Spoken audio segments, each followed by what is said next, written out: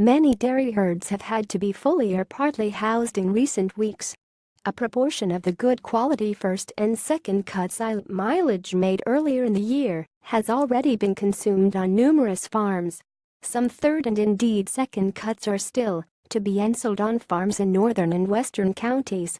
The winter fodder situation may yet still be affected by the weather and ground conditions over the next 4 to 6 weeks. Last year, there was significant silage harvested in the first week of October, following settled weather. Fodder supplies farmers will benefit from completing a fodder supply calculation to check silage stocks against requirements within the next 6 weeks. An online calculator is available through DARA Online Services to help with the calculations. For those who wish to do the calculations by hand, a worked example is given below.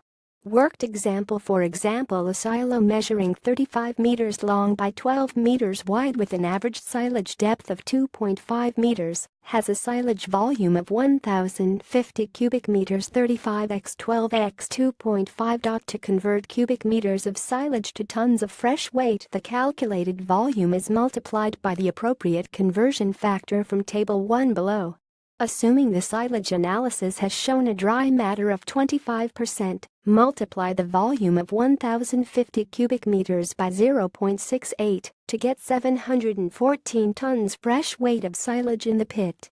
Once you have calculated how much silage you have, the next step is to calculate how much silage is needed.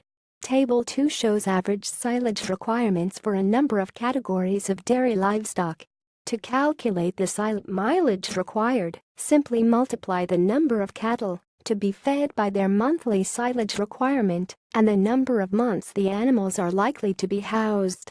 On completion of this calculation, for all stock on farm, you can compare the silage requirements with silage stocks. It is better to know if you are going to need additional forage early in the winter to secure additional supply before you actually need it, as prices will inevitably rise through the winter if there is a fodder shortage. It is worth bearing in mind, while doing your calculations, that with many farms having made drier than normal first cuts back in early May, cows may eat more of the silage than in previous years. Forage analysis: it is very important in any winter feed plan to get your forages analyzed. This will give you a prediction of the silage intake potential, metabolizable energy, crude protein, and dry matter content of the forage. While it is important to get an initial silage sample analyzed, you should also remember to get subsequent representative samples analyzed during the winter, as silage quality will vary through the pit. Concentrate feed efficiency: milk prices have improved and are at a level where many farmers will be encouraged to increase concentrate feeding. However, as concentrates are the single biggest cost in milk production, it is important they are allocated to cows that will give the greatest response. Irrespective of the feeding system, whether it is total mixed ration TMR, out of parlor feeding, in parlor feeding, or a combination of all three, it is important that you know the milk production potential of your forage. This will allow you to more accurately allocate concentrates.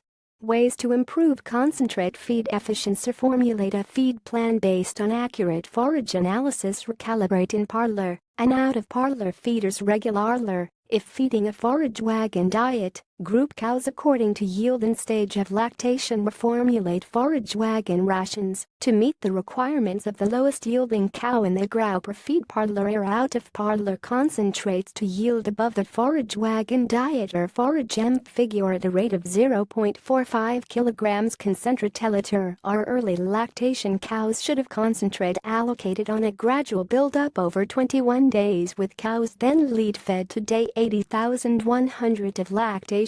First lactation heifers cannot eat as much forage as the mature cows, and thus should be expected to produce 34 liters less than the figure for the forage or forage wagon ration. Summary: hopefully, weather conditions will improve through the remainder of the autumn, allowing cows to be grazed and any remaining silage crops to be sold. However, fodder stocks may still continue to be an issue on some farms, making fodder stock taking an essential practice in the coming weeks.